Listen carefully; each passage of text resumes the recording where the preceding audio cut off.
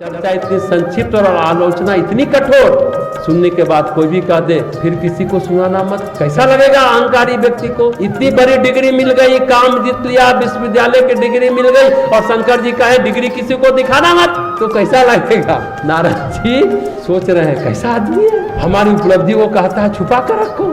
शंकर जी मित्र थे, शत्रु तो थे नहीं जो सीधी आलोचना करते। कथा अच्छी नहीं है, मित्रता में तो प्रेम रहता है। शंकर जी ने सोचा सीधे नारद जी को बुराई बताऊं तो उन्हें कष्ट हो सकता है, तो बात घुमा कर कही, पर वे चाहते हैं कि नारद का रोग मिटे, इसलिए औषधि की व्यवस्था कर देते हैं। पर विडंबना ये है कि हम सभी शरीर के रोग के संबंध में वैद्य की बात, डॉक्टर की बात मान लेते हैं, पर मन के रोग के संदर्भ में वैद्य की बात, डॉक्टर की बातों पर विश्वास नहीं करते। नारद जी के साथ यही हुआ, उन्हें शंकर जी की बात नहीं सुनाई। शंकर जी के कथन तो आध्यात्मिक दृष्टि से देखा जाता है। शंकर जी कौन है? शंकर जी है पर ब्रह्म परमात्मा, समष्टि पर ब्रह्म परमात्मा के अहम है। समष्टि अहंकार वो किसी व्यक्ति का अहम नहीं है। नारद जी अपना क्षुद्र अहंकार लेकर किसके पास पहुंचे? समष्टि अहंकार के पास। ये तो वैसा ही है, सोने की अंगूठी लेकर कोई सुमेरु पर्वत पर जाए। सुमेरु पर्वत के बारे में पता है ना, वो सोने का स्वर्ण पर्वत है। कहाँ छोटी सी अंगूठी है, कहाँ इतना बड़ा सुमेरु पर्वत। मुनिराज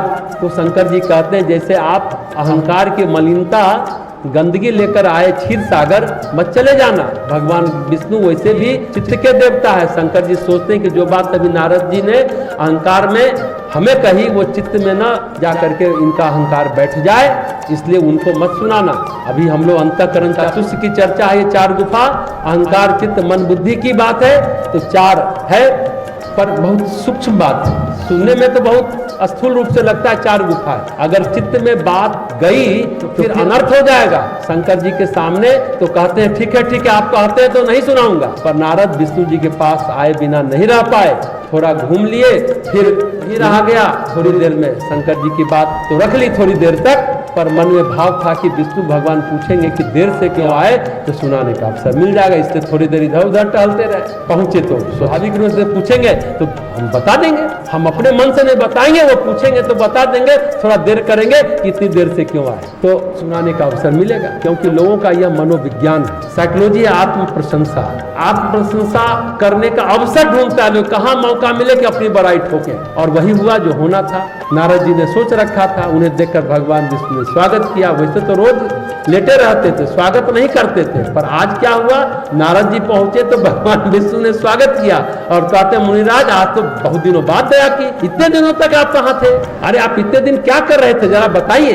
अपनी खबर जैसे मार यानी काम कथा शंकर जी को सुनाई, वैसे ही काम कथा यहाँ भी शुरू कर दी। नारायण जी के पास भी काम कथा, शंकर जी के पास भी काम कथा। यद्यपि शंकर जी ने पहले ही रोका था, लेकिन नारद जी से रहा नहीं गया। बताने लगे कैसे काम ने उन पर आक्रमण किया, कैसे उन्होंने उसका क्षरण किया और कैसे फिर क्षमा किया। बताने लगे मुझे स्वर्ग का लोभ नहीं, मैं स्वर्ग का क्या करूंगा, इसी सब पचड़े में रहे इसलिए विलंब हो गया। विष्णु जी और चढ़ाने लगे, अरे आपकी महिमा अपरंपार है, आप ब्रह्मचारी हैं, आपको भला काम कैसे छू सकता है, इतने बड़े योगी स्थिर बुद्धि, भला आपको काम कैसे सता सकता है। ये बात सुनकर नारद जी बैठे बैठे शंकर और विष्णु की तुलना करने लगे और सोचने लगे कि भगवान शंकर की तरह भगवान विष्णु ईर्ष्यालु नहीं है। शंकर जी तो ईर्ष्या बस एक बार ही प्रशंसा नहीं की, विष्णु जी को देखो प्रशंसा पर प्रशंसा किए जा रहे हैं। पर नारद जी ने कहा ये क्या अभिमान होता है तो समझ पहले गुम हो जाती है। नारद जी समझ नहीं पाए कि शंकर जी की उपेक्षा से विष्णु जी की प्रशंसा ज्यादा घातक है। अपनी प्रशंसा सुनकर उनकी दृष्टि अपने दोषों से एकदम हट गई। उसके बाद ये सारे दोष उन पर हावी होने लगे। मोह ने उनके विवेक बुद्धि को आच्छादित कर लिया। नारद जी का मोह प्रसंग शुरू हुआ। विश्व मोहिनी का प्रसंग आप सभी जानते होंगे। लगा उससे शादी कर लेंगे तो सब कुछ प्राप्त हो जाएगा।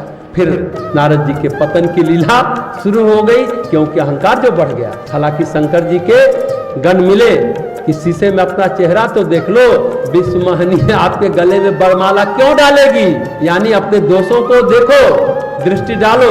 पर नारद जी का अहंकार, उनको ये बातें समझ में नहीं आया। शंकर जी का गण उनको संकेत किया था, बंदर का मुंह दे दिया था भगवान विष्णु ने, क्यों विष्णु मोहिनी गले में माला डालेगी। यानी अपने दोषों को देखने के लिए संकेत मिलता है अहंकार को, लेकिन अहंकार समझ नहीं पाता क्योंकि मोह से आच्छादित है। नारद जी चले गए विष्णु भगवान के यहाँ, जब वरमाला नहीं डाली और क्या किए, उनको गलियाने चले गए। शंकर जी को नहीं गलियाया, उनका एक एक दुर्गुण जो उनकी नजर में था गिनाते चले गए। आप दूसरे का मुख नहीं देख सकते, आपके अंदर ईर्ष्या भी है, कपट भी है, आपने शिव को पागल बना दिया, उनको जबरदस्ती जहर पिलवा दिया और कौस्तुभ मणि चुरा ली 14 रत्नों में से, शिव को दिया विष और लक्ष्मी जी लेके आप भाग आए। ये नारद जी विष्णु जी को सुना रहे हैं। देखिए अहंकार क्या क्या होता है। 14 रत्नों में एक रत्न लक्ष्मी जी थी ना, औरत लेकर आप भाग गए और हमें सिखाते हैं ब्रह्मचर्य। तो एक के बाद एक भगवान की बुराई नारद जी सुनाते रहे और श्राप भी डाला। तो कहने का मतलब है क्या श्राप दिया था, एक वृंदा और जालंधर को अलग किया था, तो वृंदा ने भी विष्णु जी को श्राप दिया था, जिस तरह हम पति पत्नी अलग हैं, अगले जीवन में आप भी अलग रहे तो राम और सीता बन करके अलग रहे। विष्णु जी ने अपने भक्त के श्राप का मान रखा। यहाँ भी नारद जी ने भी श्राप दिया कि आप, मुझे पत्नी का सुख नहीं मिला, आप भी अलग अलग रहोगे, राम सीता अलग रहे। ऐसा नारद जी के, हालांकि फिर बाद में उन्होंने क्षमा मांगा है, ये बातें हैं।